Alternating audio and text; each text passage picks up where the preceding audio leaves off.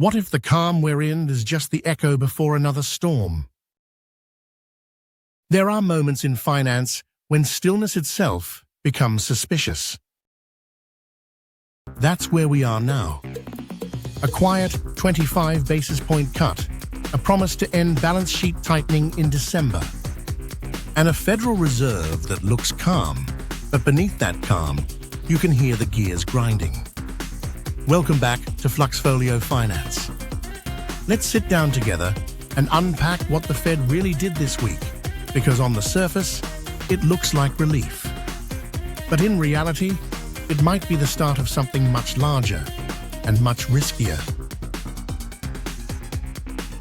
The 25 basis point cut, relief or resignation? The markets got exactly what they expected, a quarter-point cut, moving the policy rate to 3.75%. No surprises, no shockwaves. But that's what makes it unsettling.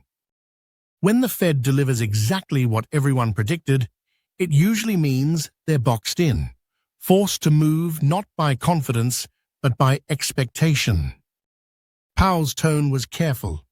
Inflation remains elevated. Labor is softening. Uncertainty is significant. You see what's missing? Conviction. You probably noticed markets didn't cheer. The S&P 500 barely moved. Gold held around, fourth as Bitcoin stalled near $97,000. Because deep down, everyone sensed it. This isn't stimulus, it's hesitation. So the question for you is, was this a cut to help growth or a cut to buy time? December 1st.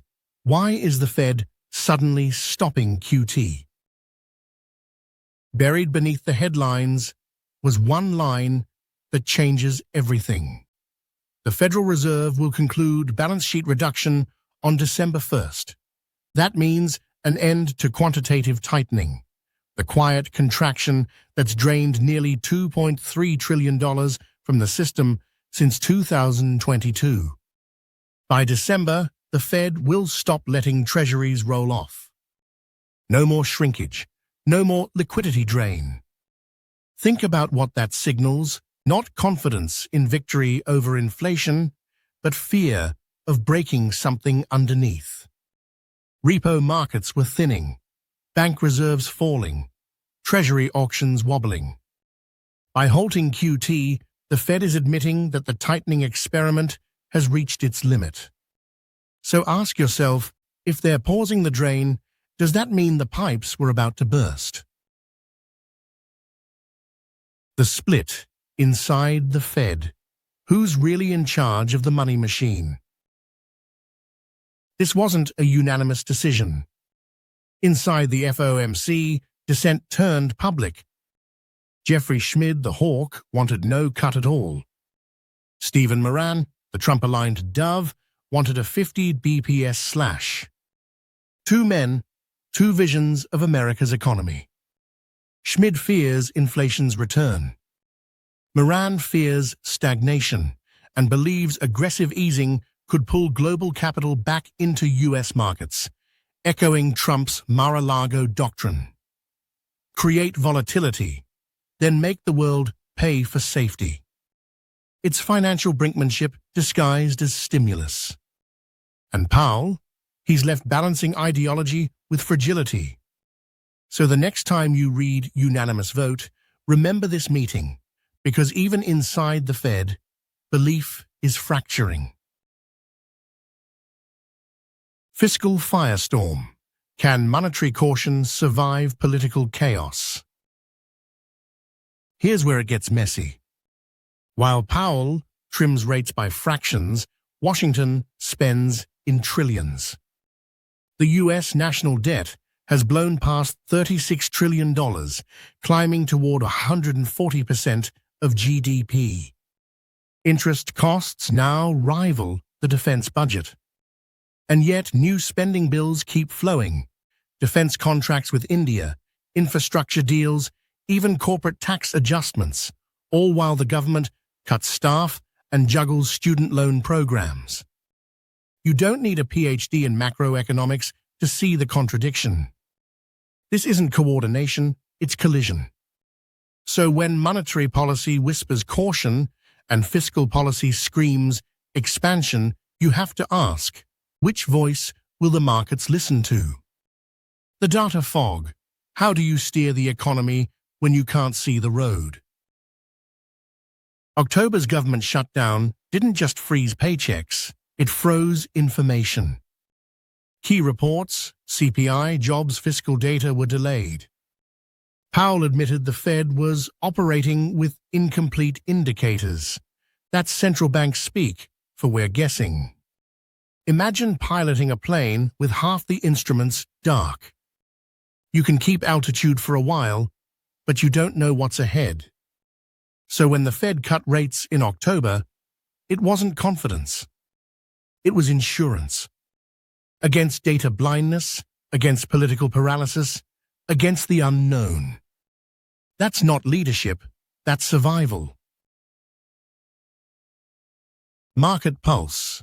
Why did investors yawn? The world's biggest liquidity signal came and went, and Wall Street barely blinked. Yields eased, yes, but only slightly. The 10-year Treasury settled near 4.1%. Futures priced out a second cut. Equities stayed calm, volatility crept up. Why? Because traders understand something subtle. This wasn't the start of easing. It was the end of tightening. And that's not the same thing. Gold held firm. Oil drifted lower. Emerging market currencies turned defensive. It's the financial equivalent of holding your breath. Everyone's waiting to see what breaks first. The balance sheet timeline. How much did the Fed really shrink? Let's look at the numbers. During the bull market peak in 2022, the Fed's balance sheet topped $8.9 trillion, roughly 37% of U.S. GDP. By late 2025, it's $6.6 trillion. That's a $2.3 trillion drain in just 3 years, without QE to cushion it. But here's the twist. The private credit system filled the gap. Money market funds, stablecoins, and shadow lenders became the new central bank. So when QT stops in December, those players suddenly get more room to expand again. Liquidity will leak, not through official channels, but through every gap the Fed opened. And that's how bubbles form quietly, at the edges of oversight. So, where will the next trillion go? Now that the tightening ends, money must find a home. And you know how capital behaves. It's like water. It flows downhill toward yield and story. Some will flood into AI, defense, and infrastructure plays. Some will head overseas to India, Vietnam, and Latin America, where growth still breathes. And some will chase risk, crypto, private credit, tokenized assets, speculative tech. But every flow carries its mirror risk. If inflation flickers again, or if bond yields spike, the reversal will be brutal. It's easy to pour money out. It's much harder to pull it back in without breaking something. So here's your thought experiment. What happens when all that liquidity unleashed in December collides with the next inflation surprise? The illusion of control. Is the Fed leading or following the market? You and I both know this truth. The Fed doesn't command markets anymore. It responds to them. QT stops, not because inflation is conquered, but because liquidity scarcity threatens funding stability. The rate cut wasn't proactive, it was reactive. Central banking has become crisis management on loop. Each decision buys time, not transformation. So the real question isn't, what will the Fed do next? It's what will the market force it to do next. That's a subtle but profound difference. When policy becomes the bubble, step back and look at the system as a whole. The US economy still looks strong on paper, unemployment below 4.5%, equities near highs, GDP resilient. But the scaffolding underneath is thinner than it looks. Household savings are gone. Corporate leverage is near records. Fiscal deficits are historic. A 25 basis point cut won't fix that. It just greases the wheels for one more turn. And when the next rotation of liquidity comes, whether it's AI, housing, or crypto, it'll carry the same DNA as every bubble before it. Cheap money, false safety, and delayed consequences. So what did the Fed really do this week? It ended the tightening cycle. It admitted the limits of its control. And it invited the next wave of speculation. If you've followed this channel long enough, you know liquidity never disappears. It migrates. And every migration creates winners, losers, and a new center of gravity. Your task isn't to predict the storm. It's to recognize the silence that comes before it. Because silence in markets is never peace. It's preparation. Stay alert, stay analytical. And remember, monetary calm is just volatility waiting for direction. Thanks for watching FluxFolio Finance.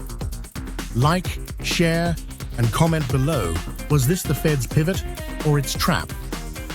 Until next time, stay sharp, stay curious, and stay ahead.